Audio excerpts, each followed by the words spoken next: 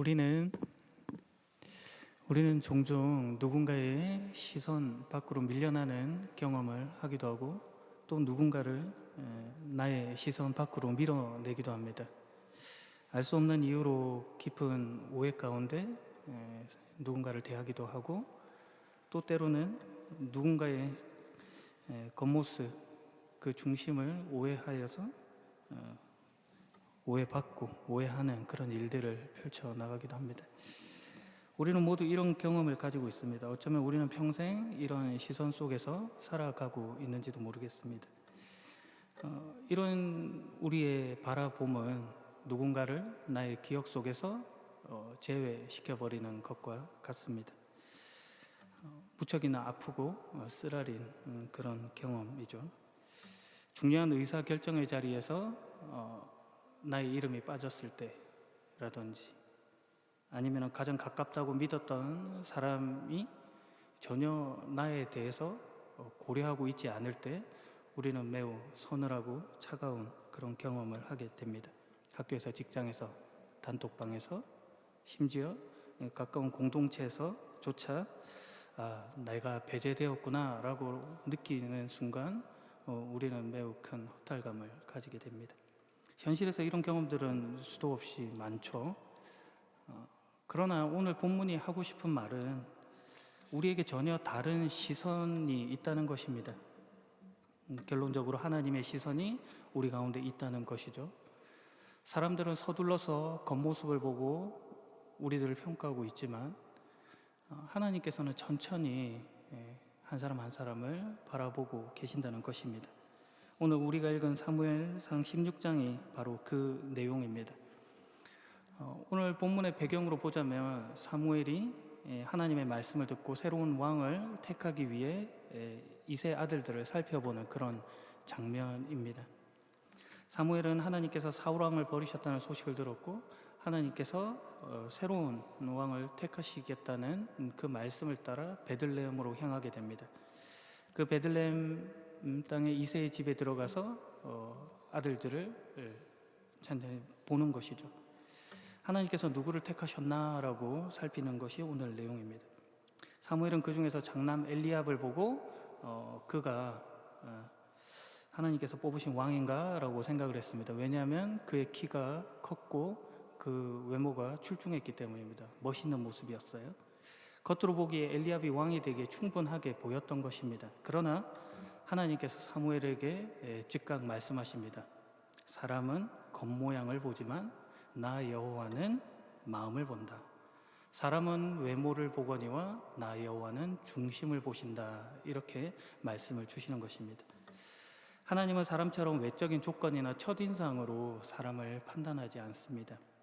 심리학자들의 연구에 따르면 어떤 사람이 새로운 사람을 만났을 때 그의 호감도, 신뢰도, 능력들을 판단하는 데는 대략 7초 정도면 충분하다고 합니다. 사람들의 시선이 매우 순간적이고 그리고 제한적임을 보여주는 것이죠. 그래서 사무엘이 장남 엘리압을 보고도 그가 하나님께서 뽑으신 왕인가 라고 생각을 했던 것입니다. 사람의 본성이 그렇다는 것이죠. 그러나 오늘 본문이 하고 싶은 말은 하나님은 이 7초의 법칙을 따르지 않는다는 것입니다. 하나님은 사람을 찬찬히 살펴보시고 그 내밀함을 감찰하십니다. 전인격을 보시는 것이죠. 그래서 이후 막내의 다윗이 하나님의 선택을 받게 됩니다. 사실 처음에 다윗은 그 자리에 있지 않았습니다. 16장 5절을 보게 되면 사무엘이 이새와 그의 아들들을 여호와 앞에서 거룩하고 깨끗하게 한 뒤에 제사의 자리로 초대를 하게 됩니다.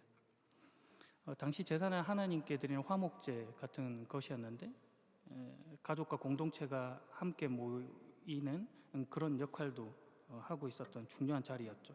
종교적인 행사뿐만 아니라 만남의 기회를 제공하는 그런 또 자리라고도 하겠습니다.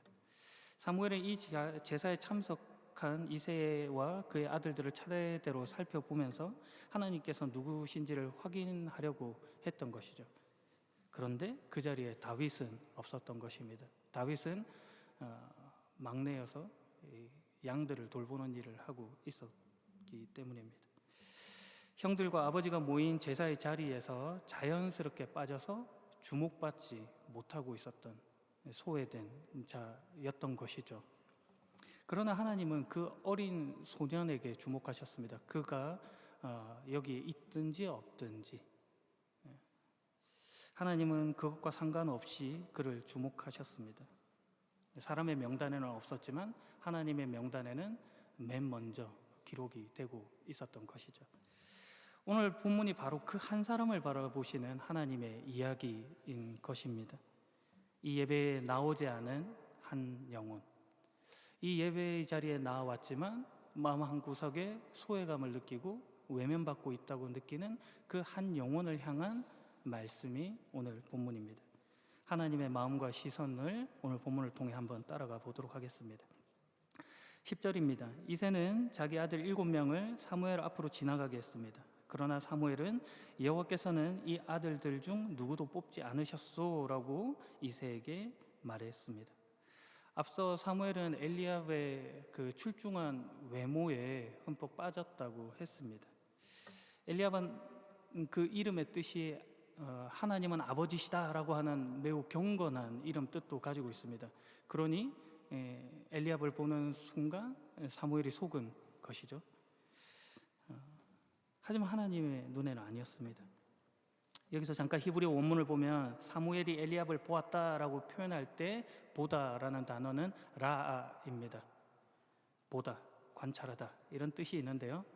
문맥적으로 보면은 판단하다, 선택하다라고 하는 뜻으로도 사용됩니다. 사무엘이 엘리압을 보는 순간 그가 하나님께서 뽑으신 왕인가 보다라고 판단하고 그가 선택을 했던 것입니다. 이미 결론을 내어버린 것이에요. 그러니 거기에 하나님께서 아니라고 하시는 것이죠.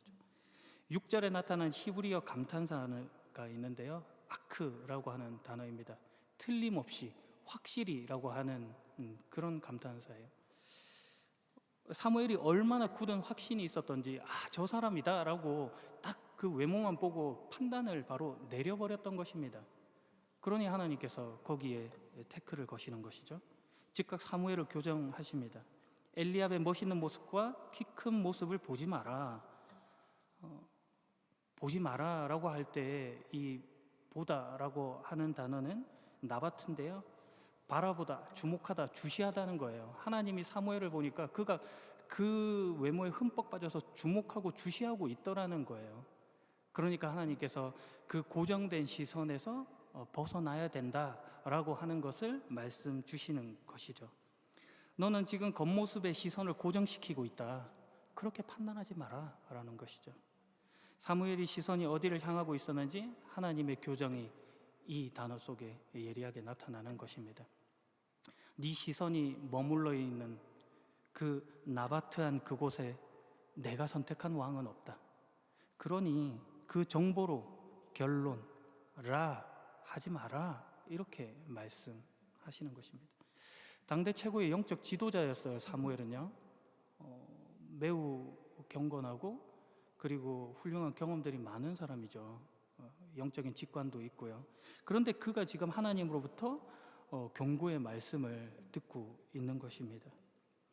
자신이 지금까지 가지고 왔던 그 경험들이 하나님의 새로운 일들을 펼쳐가는 것에 가림막이 되었던 것이죠.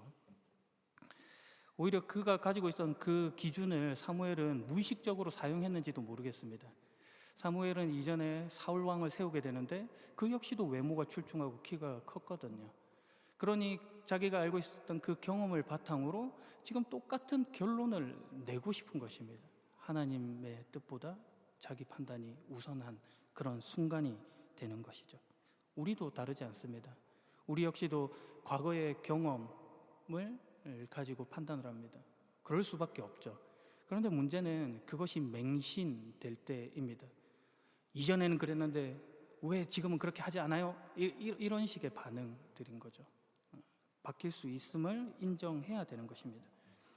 사실 우리가 본다고 하는 것은 극히 일부분 뿐이에요. 시각적으로 보자면 물리학자들이 말하는 우리들은 그 전자기 스펙트럼에서 0.0035%에 불과한 세상을 보고 있다고 말합니다. 1%도 안 되는 세상을 보고 있는 것이죠. 적외선, 자외선, X선 이런 것들은 실제하고 있지만 사실 우리는 보지 못하잖아요. 그럼에도 불구하고 우리는 본다라고 하는 것으로 모든 것을 다 안다고 착각하는 그런 순간들을 가진다는 거예요. 영적인 부분에서도 마찬가지인 것이죠. 어떤 사람의 극히 작은 부분을 보고 우리가 그 사람의 신앙 전체를 아는 것과 같이 판단하는 경우가 많은 것입니다. 사람은 겉모양을 보기 때문에 그런 것이죠. 그게 사람이라는 거예요. 그러나 하나님은 그렇지 않다가 오늘 본문이 하고 싶은 말인 것입니다. 너희가 하나님을 닮은 사람이라면 그렇게 보지 마라. 나를 닮은 자로 살아가라라고 하는 말씀이시겠죠. 대신 하나님의 기준이 분명하게 제시됩니다. 중심입니다. 히브리어로 레바브. 이 단어는 단순히 감정을 뜻하는 그런 마음이라는 뜻은 아니에요.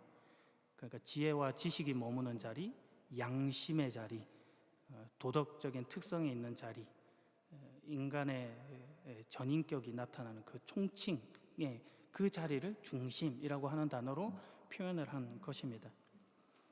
하나님이 보시는 그 사람의 전인격, 그 사람이 무엇을 두려워하고 무엇을 사랑하고 또 무엇을 위해 살아가고 있는지 그런 모든 것들을 종합적으로 하나님은 바라보고 계신다는 것입니다. 근데 우리가 다른 기준을 자꾸 들이밀고 싶은 거죠. 잘생겼는지 못생겼는지, 이쁘냐? 라고 하는 말이 먼저 나가는 그런 모습이에요. 돈이 많은지 적은지, 좋은 직장을 가졌는지 아닌지, 좋은 스펙, 좋은 배경, 좋은 조건이 그 사람의 가치를 평가하는 기준이 되어버린 것입니다. 직장에서, 학교에서, 심지어 교회에서 우리가 그 기준을 사용하고 있는 것이죠. 그러나 하나님의 계산법은 다르다는 것입니다. 하나님은 이새의 7 아들들을 차례로 지나치게 하십니다. 여기서 지나치게 하다라고 하는 이 말을 3번이나 반복해서 쓰고 계세요. 본문을 그냥 하나님께서 7 아들을 지나가게 하셨다 이렇게 그냥 탁 한 문장으로 끝낼 수도 있는데 여러 번에 걸쳐서 그 지나가게 하셨다는 말을 반복하고 있는 것입니다. 그 반복이 단순한 서술이 아닌 것이죠.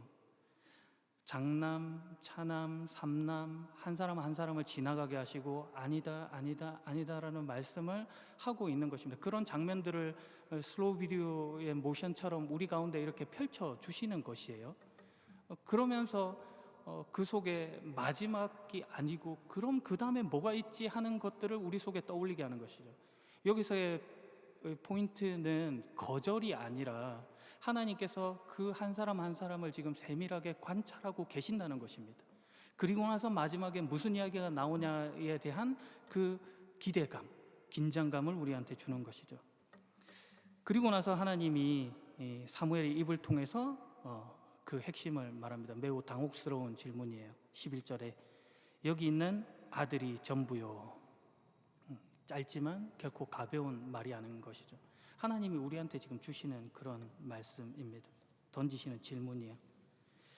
여기서 전부냐라고 하는 말에 해당하는 이 하탐무라고 하는 말은 완전하냐라고 하는 타맘이라는 단어에서 왔는데요. 그것의 의문문이에요. 직역을 하면 이것들이 모두냐? 이것들이 완전수냐? 이렇게 물어본 것입니다. 사무엘은 이새의 7 아들이 과연 그 아들들의 완전수냐 지금 이렇게 물어보고 있는 것이에요. 근데 숫자를 세고 싶어서 그렇게 말하는 것이 아니고 네가 지금 하나님의 일을 하면서 내어놓은 그것이 너의 어떤 판단의 근거라든지 그 모든 것들이 지금 완전하냐라고 물어보고 있는 것이죠. 한편으로 지금 그 7 아들들이 전부 지나갔는데 그것들이 지금 하나님에 의해서 다 거절되고 있다면 하나님께서 새로운 왕을 세우시겠다고 한 그 말씀은 뭐가 되냐는 거예요. 네가 하나님보다 옳으냐라고 물어보는 것과 같은 것이죠. 신앙인으로서 우리에게 너가 내어 제시하는 것과 하나님이 지금 하시고자 하시는 일 가운데의 그 충돌, 그 가운데 너는 어떤 지금 태도를 취하고 있냐라고 물어보는 것과 같은 것입니다.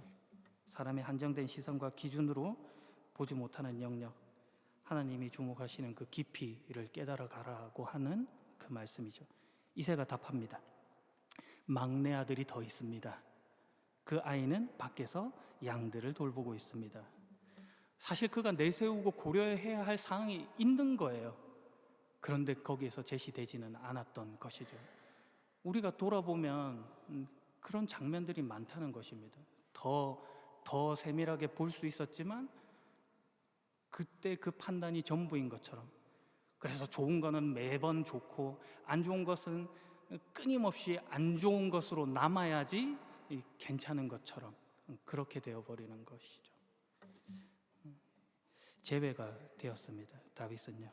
이새의 대답은 매우 솔직하지만 당황스러운 것이었어요. 아직 막내가 남았는데 그는 양을 지키고 있습니다. 이 말에 숨은 부사가 있어요. 히브리어 부사. 이 오드라는 단어인데 이게 무슨 뉘앙스냐면은 아직 있기는 한데 이런 뜻이에요. 막내가 남아 있기는 한데 걔가 뭐 되겠어요? 막 이런 식으로 표현할 수도 있는 거예요. 그러니까 그 아버지가 가지고 있는 어떤 제한된 시선, 낮은 기대감을 표현해주는 그런 단어인 것이죠.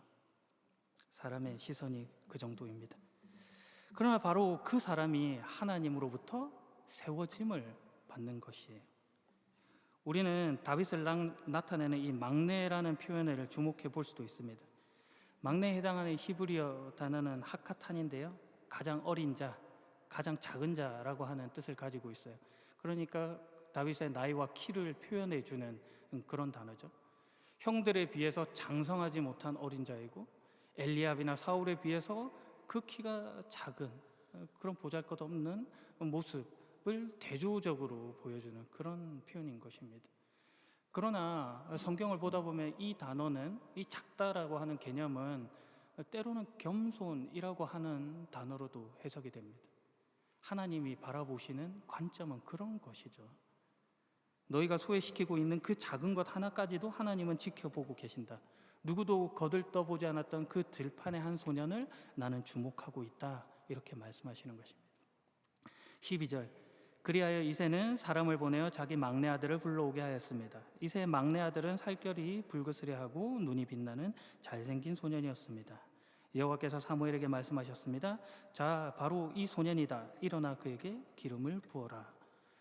다윗의 외모가 묘사가 돼요. 하나님은 외모를 보지 않는다고 조금 전에 7절에 그렇게 이야기를 우리가 읽었지 않습니까? 그런데 12절에 와서는 다윗의 외모가 촥 하고 펼쳐지고 있는 것입니다. 본문을 주의 깊게 읽는 독자들은 당연히 이 속에 있는 어떤 자연스러운 긴장감을 느끼게 되는 거죠. 뭐지? 앞에서는 이렇게 이야기했는데 지금은 왜 다르지? 이런 생각들이 자연스럽게 들어야 마땅한 것입니다. 그런데 이 긴장을 풀어주는 열쇠가 있습니다. 그것은 어떤 것들을 선택하는 근거와 어떤 사실을 기술하는 것들은 구분되어야 된다는 것입니다. 7절에서 하나님께서 부정하신 것은 외모 그 자체가 아니었어요.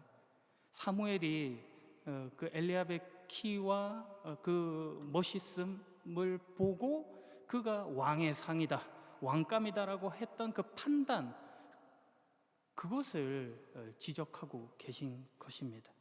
네 판단의 기준이 그런 인간적인 시각이어서는 안 된다는 것이죠. 반면에 12절에서는 그래서 하나님이 그를 선택하셨다라고 말하지 않는다는 것입니다. 하나님이 먼저 선택을 했더니 그는 이런 소년이었더라라고 하는 사실 기술이라는 것이죠. 하나님은 다윗이 등장하기도 전에 그를 선택하셨습니다. 오히려 본문이 역설적인 방식으로 이것을 설명해 주는 것이죠. 하나님이 선택하셨는데 봤더니 그도 준수한 사람인 것이에요. 세상 사람들이 보기에는 다른 사람과 상대적으로 비교했을 때 별 볼 일 없는 사람 같이 보였지만 사실은 괜찮은 사람이라고도 할 수 있는 것이죠. 그러니까 하나님의 관점에서는 더 중요한 것이 무엇이냐라고 물어오는 것과 같은 것이죠. 결국 하나님은 외모를 보신다라는 메시지가 아니라 오히려 외모가 어떻든지 간에 하나님의 선택하심이 기준이 된다, 이렇게 말하고 있는 것입니다. 겉모습이 아니라 중심을 보시는 것. 겉모습을 배제했다는 것이 아니에요. 중심을 가장 우선시했다는 말을 지금 하고 있는 것입니다. 다윗의 빛나는 눈과 잘생긴 얼굴이 그가 선택받은 이유가 아니라 하나님의 선택하심이 이유가 된다. 하나님의 구원이라고 하는 것을 지금 이런 식으로 설명해 주는 것입니다. 하나님의 구원 방식은 늘 이런 식이에요. 인간이 가지고 있는 어떤 외적인 조건, 공로, 열심 이런 것들이 아니라 하나님의 은혜, 선택으로 말미암는다는 것이죠. 그러므로 하나님이 보시는 우리의 가치는 우리의 스펙이 만들어내는 것이 아닙니다. 하나님의 부르심으로 결정됩니다. 그래서 이어지는 하나님의 말씀이 이렇게 떨어집니다. 자, 바로 이 소년이다. 일어나 그에게 기름을 부어라. 자, 바로 이 소년이다. 히브리어 원문에는 매우 짧게 되어 있어요. 바로 그다 이런 식으로 표현이 되어 있습니다. 매우 간결하지만 직선적인 이 대답이 있는 것이죠. 이 간결한 대답만으로도 충분하다는 거예요. 왜냐하면 하나님이 그렇게 말씀하셨기 때문에 가능한 것입니다. 하나님의 선택은 사람의 평가에서 시작되지 않고 하나님의 말씀에서 시작된다라는 기준을 제시해 주는 것이죠. 그러니 우리가 타인의 평가에 그렇게 휘둘릴 필요도 없는 것이죠. 13절 사무엘은 올리브 기름이 든 그릇을 가지고 형제들이 보는 앞에서 이새의 막내 아들에게 기름을 부었습니다. 그날부터 여호와의 영이 큰 힘으로 다윗에게 들어갔습니다. 이 일이 있은 후에 사무엘은 라마로 들어갔습니다. 다윗이 기름 부음을 받게 됩니다. 그 기름 부음을 받은 그날부터 여호와의 영이 큰 힘으로 다윗에게 들어갑니다. 다윗의 인생이 이제 새로운 전환점을 맞이하는 것이에요. 여기서 들어갔다라는 표현은 갑자기 엄습했다는 것입니다. 마치 폭포수가 쏟아지듯이 불길이 막 이렇게 휘몰아치듯이 그에게 임한 것이에요. 정적인 느낌으로 간 것이 아니고 하나님의 권능이 강렬하게 그를 압도한 것이죠. 다윗이 왕으로서의 직무를 수행하기 위해서 가질 그의 지혜, 그의 용기 이런 모든 것들이 하나님께서 임하심으로 인하여서 발현이 되는 것입니다.